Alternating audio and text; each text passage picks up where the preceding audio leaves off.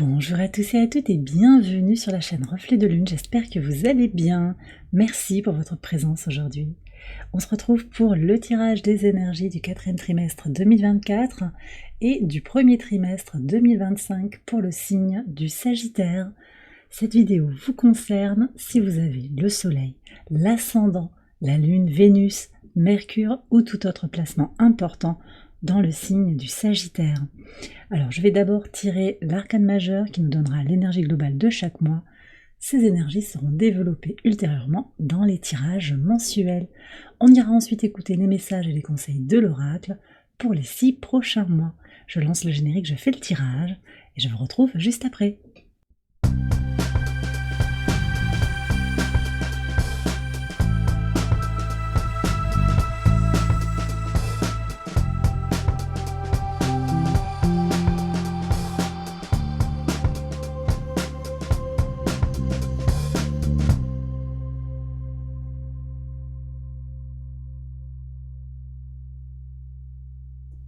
Alors on y va les Sagittaires pour les interprétations. Sur le mois d'octobre, vous avez la carte du jugement. Cette carte, elle nous parle de prise de conscience, d'une évidence en fait qui apparaît dans votre vie, dans vos circonstances, dans une relation. Quelque chose doit se transformer, doit être transmuté et ça devient très clair pour vous. Cette carte du jugement, je pense qu'elle vient aussi en résonance avec le redémarrage de Pluton direct du 12 octobre et la rétrogradation de Jupiter à l'opposé de votre signe le 9 octobre. Il y a vraiment les ingrédients en fait pour prendre du recul par rapport à ce qui nous fait du bien, par rapport à ce à quoi on aspire. Mais tout ça, ça passe aussi par une mise en tension avec votre réalité, avec votre vérité intérieure. En étant à l'opposition, il y a ce Jupiter, il vient marquer des polarisations, peut-être des blocages, des tensions qui sont internes possiblement, mais qui sont aussi à l'extérieur de vous. Donc là, il y a vraiment une prise de recul et quelque chose qui va vraiment éclater au grand jour ou se révéler à vous. Voilà, c'est peut-être déjà le cas au moment où vous regardez la vidéo, mais on a vraiment ces prises de conscience. Et pour certains, ça peut passer aussi par davantage de sérénité, un appel à chercher une réponse au travers de la spiritualité. Voilà, je sens qu'il y a des changements marqués en fait, avec une notion de chercher à se rééquilibrer face au blocage, aussi dans ce contexte de prise de recul, en particulier, je vous le disais, avec cette rétrogradation de Jupiter à l'opposé de votre signe. Sur un plan très concret, on peut avoir aussi avec cette carte du jugement, on peut avoir des questions de nouvelles qui viennent à vous, qui vont être importantes, voire décisives. Il peut y avoir aussi des réconciliations avec certaines personnes. Vous allez peut-être être amené aussi à vous libérer d'un fardeau, un fardeau matériel, un fardeau émotionnel, psychologique. On a vraiment ça aussi dans la notion de transmutation. Et pour certains également, il y a des changements radicaux qui sont là dans votre mode de vie, un déménagement, un changement d'emploi qui est déjà acté au moment où vous regardez la vidéo, d'accord ? Sur le mois de novembre, on a une grande prêtresse ici, très intéressante parce qu'on est sur un mois de mouvement avec Saturne qui repart direct le 15 novembre. Il y a vraiment des choses qui bougent, mais on a aussi une rétrogradation de Mercure dans votre signe le 26 novembre. Donc il y a aussi cette énergie de mouvement intérieur et c'est ça qui ressort en fait avec la grande prêtresse. Donc même si les choses sont posées un petit peu, les mouvements se font sur ce mois de novembre pour vous dans une grande intériorité. Plus d'alignement intérieur, une meilleure connexion à son intuition, une meilleure prise en compte aussi de ses besoins, de ses priorités. Et puis il va y avoir aussi, je vais en parler juste après, une nouvelle lune qui se prépare le 1er décembre. Et je pense que vous êtes en train, sur ce mois de novembre, de préparer le terrain pour une nouvelle impulsion, pour ouvrir un nouveau chapitre de votre vie.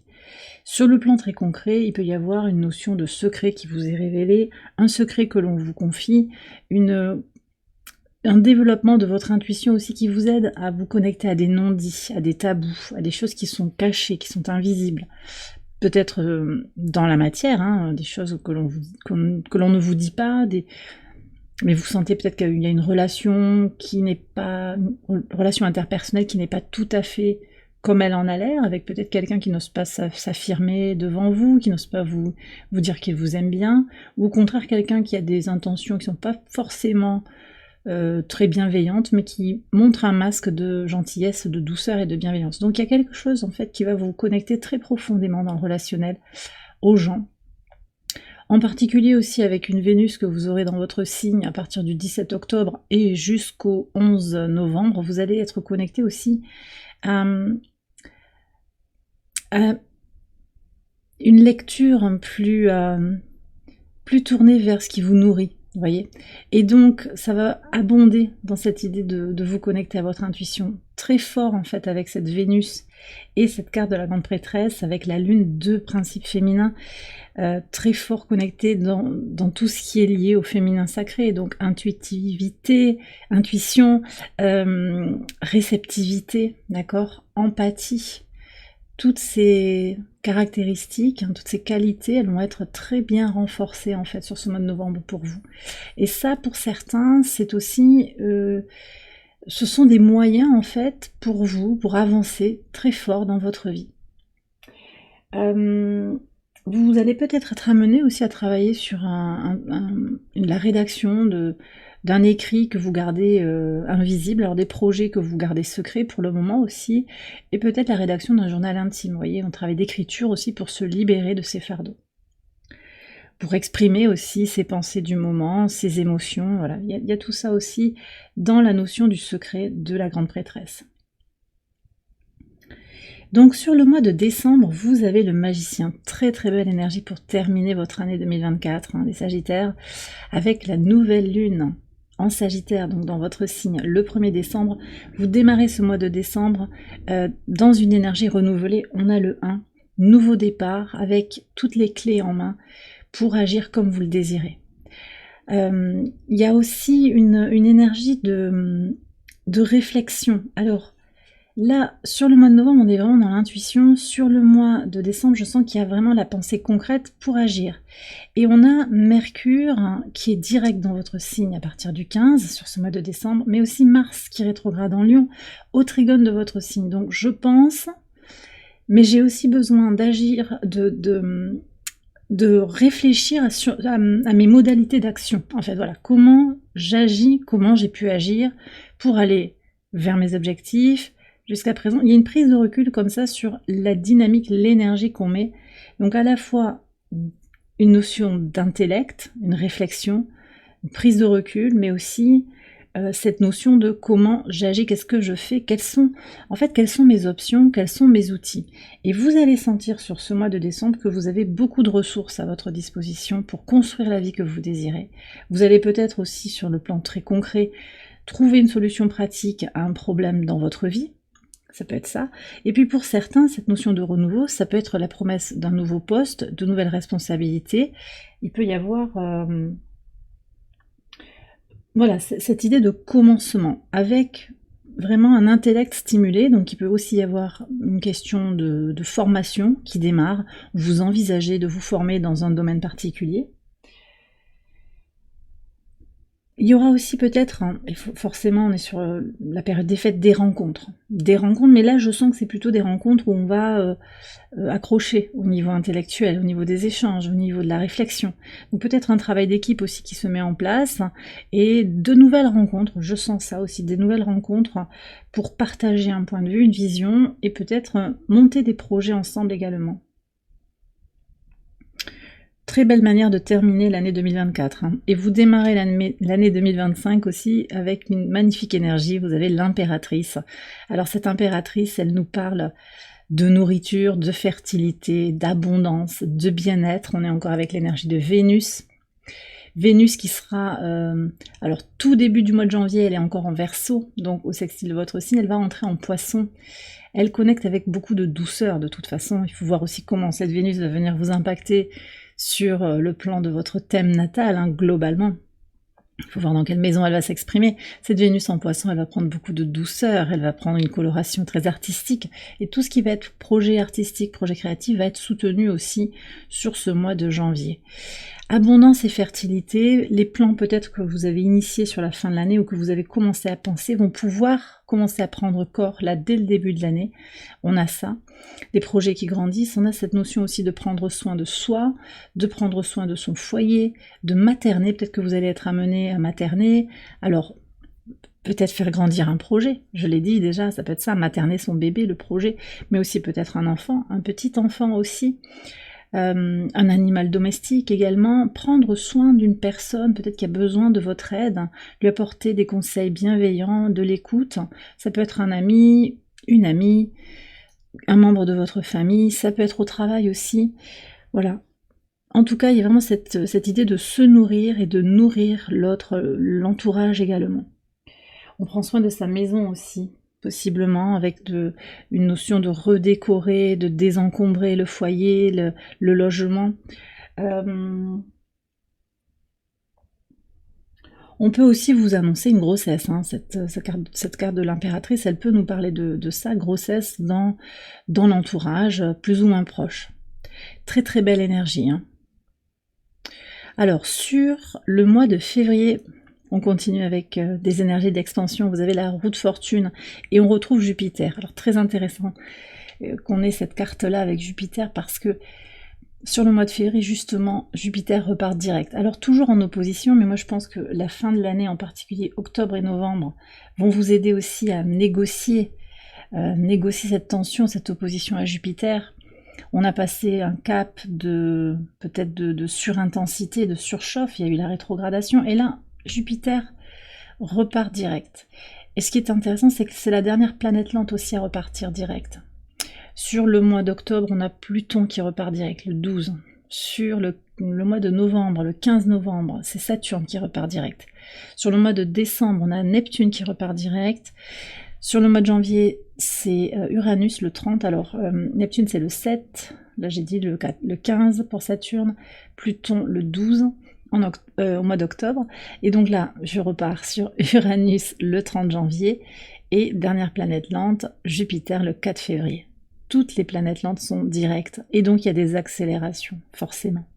Par ailleurs, les nœuds lunaires aussi auront transité sur la toute fin du mois de janvier, ils auront transité en Poisson pour le nœud nord et en Vierge pour le nœud sud. Donc on va changer d'énergie, on a fini de travailler sur cette idée de se prioriser,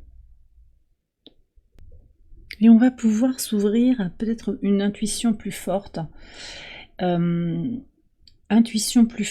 spiritualité, créativité, tout en lâchant besoin de contrôle, de perfectionnisme. Il peut y avoir ça dans ce transit des nœuds lunaires, mais on est aussi quand même sur les questions de service à l'autre et de sacrifice.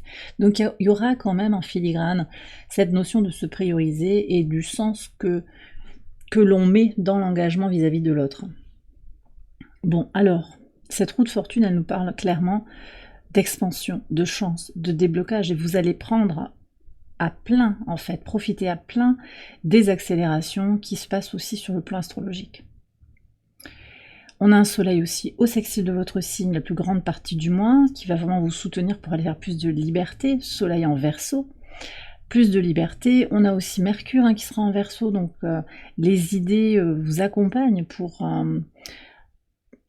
avancer, pour vous saisir des opportunités qui vont venir vers vous. Et puis Vénus en Bélier, à partir du 4 février aussi. C'est la petite bénéfique. Alors, vous avez le grand bénéfique en face de vous, et ça pose des questions, ça fait ces surchauffes dont j'ai déjà parlé. Vénus au trigone de votre signe, c'est tout bénéf. C'est que du positif, d'accord? Et c'est tout le mois de février. Donc ça c'est important, et puis Vénus va rester un petit moment comme ça au trigone de votre signe, elle va rétrograder le 2 mars, on en parle après, et repartir en Poisson à la toute fin du mois de mars, mais elle va repasser en Bélier. Donc il y aura une très très belle période, et ça on regardera la suite des mois plus tard, et en tout cas le mois de février est très positif. On a également Mars qui repart direct en Cancer le 24, donc toute fin du mois on est tout chousse en avant, et il y a des déblocages vraiment en étant passé aussi par la maturité, les prises de recul, les compréhensions très intimes des choses, d'accord? Sur le plan très concret, cette carte de la roue de fortune, elle peut nous parler d'une promotion, un bonus, une somme d'argent inattendue qui arrive dans votre vie. Ça peut être ça, très concrètement. Il peut y avoir aussi un nouveau cycle dans une relation qui va changer. Alors elle peut changer en positif, elle peut aussi changer en négatif, mais de toute façon, au final, c'est pour votre bien supérieur. D'accord? Si c'est en négatif, vous allez prendre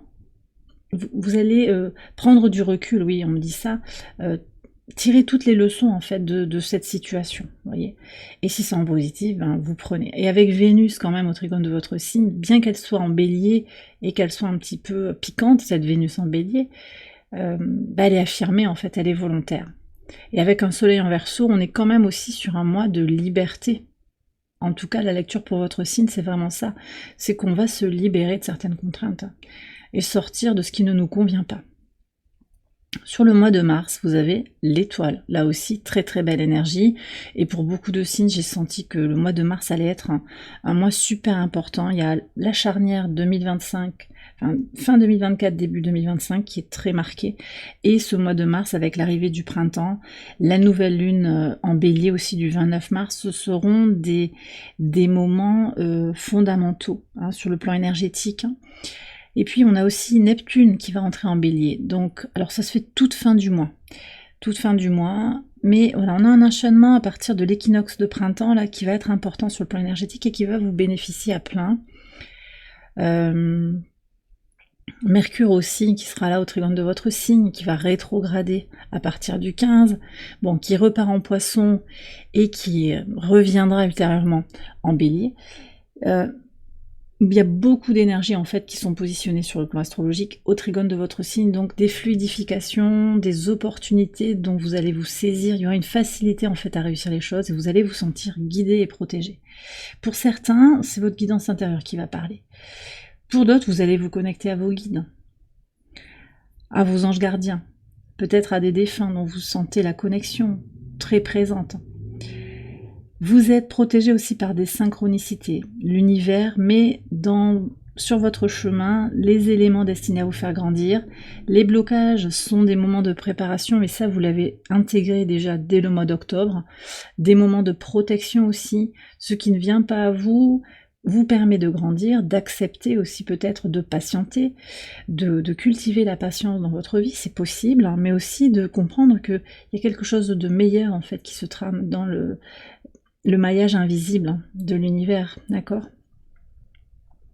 Pour certains, on me parle aussi de succès, de reconnaissance de la communauté, hein, d'un point de vue très concret. On me parle aussi de se régénérer. Cette étoile, elle indique aussi que vous allez vous reconnecter, peut-être pour certains, oui, vous reconnectez à quelqu'un, vous reconnectez à un idéal, à vos espérances, hein. Peut-être des choses qui ont été perdues, même sur l'été 2024, on me dit, voilà, il y a quelque chose qui prend du temps, vous voyez, donc on passe plus de 6 mois, là, depuis ces événements, on me dit ça, mais ça va prendre du sens sur cette période de la fin de l'hiver 2024-2025. Très très belle énergie. Alors je vais faire une extension de ce tirage. Je vais regarder en particulier des approfondissements sur chaque arcade majeur du mois. Je vais également approfondir les messages de l'oracle qu'on va découvrir ensemble. Et puis je vais utiliser mon oracle que j'ai sorti en toute petite version. Ça y est, il est en vente sur Make Playing Cards en petit format, à prix tout doux. Donc c'est la version poche en fait de l'oracle ad infinitum. Voilà. Donc on va utiliser ça aussi dans l'extension pour aller prendre des mantras, des affirmations qui peuvent vous éclairer. Et puis je terminerai l'extension par des approfondissements thématiques sur votre énergie, votre rapport à la spiritualité, votre développement personnel, mais aussi l'amour, le relationnel, l'abondance, tout ce qui est financier et votre travail. Ça se passe sur Patreon et je vous ai mis le lien en barre de description. Alors on continue pour les messages de l'oracle ici. Vous avez en carte centrale la paix. Ça c'est très intéressant. La paix, votre sérénité intérieure, vous gagnez en sérénité sur ce semestre. Moi, ce que je ressens depuis le début du tirage, c'est que vous négociez en fait cette surabondance d'énergie, cette tension qui a été apportée par le transit de Jupiter en Gémeaux. Alors on sent aussi au travers des cartes oracles que vous allez devoir négocier avec vos désirs, vos instincts, vos besoins fondamentaux, parfois les besoins de l'ego aussi. On a quand même la carte « Ne soyez pas frustrés ». Lâchez prise et soyez en paix. Donc on retrouve l'histoire de la paix. On a aussi la notion de relâcher. Et on a la faim. De quoi avez-vous faim? Il y a une envie, un appétit pour quelque chose, un désir pour certains, aussi presque une obsession peut-être, qui est déjà là au moment où vous regardez la vidéo, vous savez de quoi je parle. On vous demande bien de rester serein par rapport à l'avenir, de ne pas être trop accroché actuellement à des résultats spécifiques par rapport à ce à quoi vous aspirez, de suivre un petit peu plus le flot de la vie. Et c'est ce qui va venir à vous avec aisance, même s'il y a des blocages.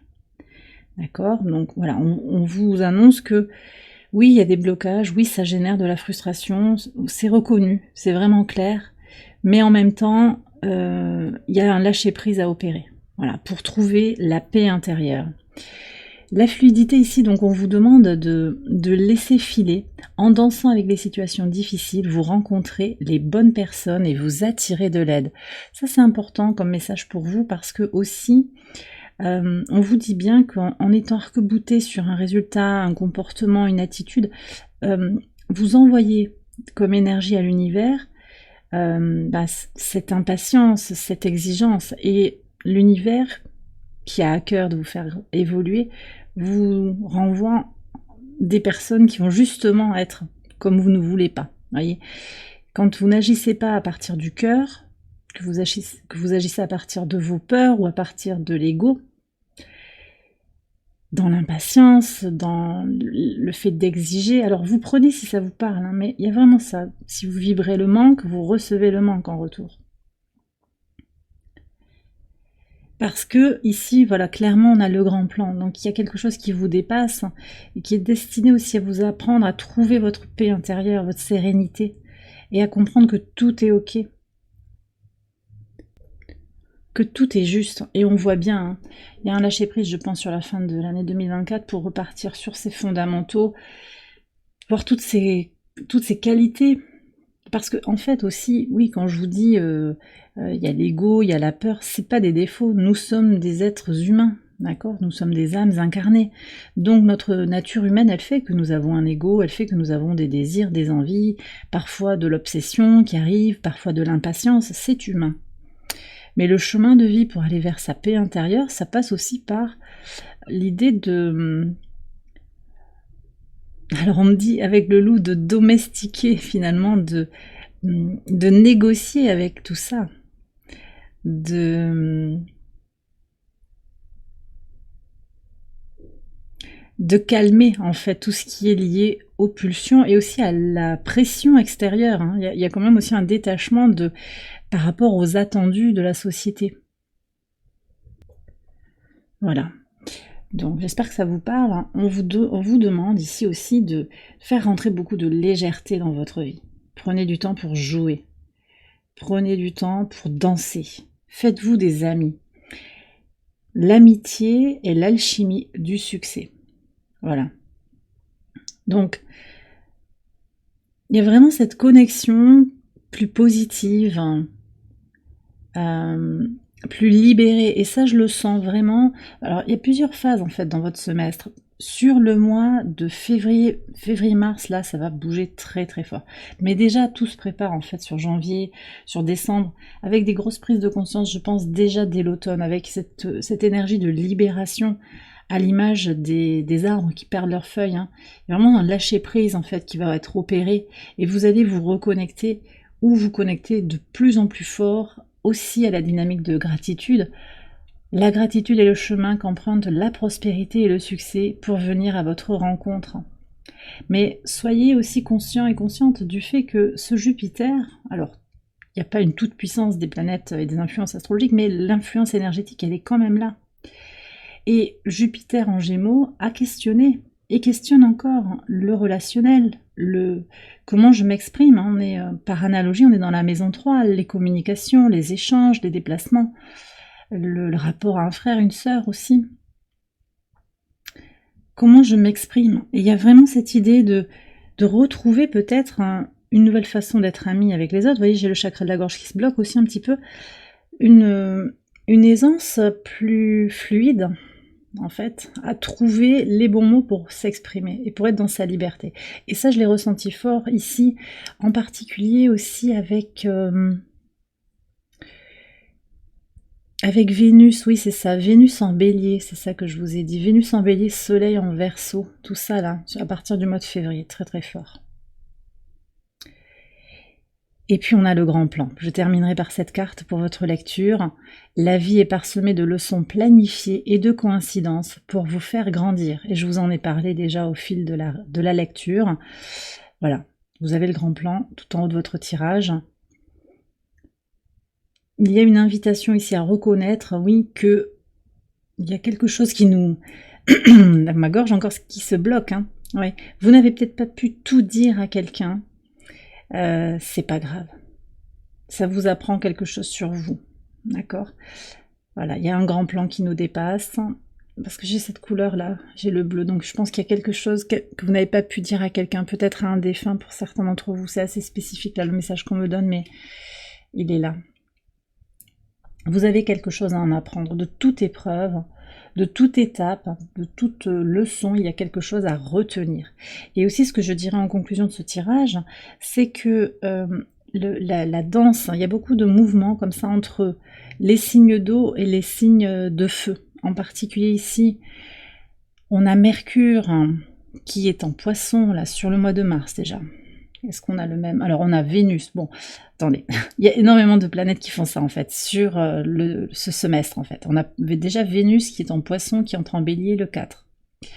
On a aussi Mercure ici, qui est en Poisson, qui entre en Bélier le 3, et qui rétrograde, et qui revient en Poisson le 30 mars, vous voyez? Donc on navigue entre le signe des Poissons et le signe du Bélier. Ça veut dire quoi? On navigue entre je comprends ma leçon de vie, j'intègre des choses, des épreuves, ce que j'ai eu à affronter, les luttes que j'ai menées, et j'impulse quelque chose de nouveau. Et là, avec l'étoile, au moment de l'équinoxe de printemps, ce renouveau, il est vraiment fondateur pour vous, pour l'année 2025, même si elle sera déjà un petit peu démarrée. Ok ?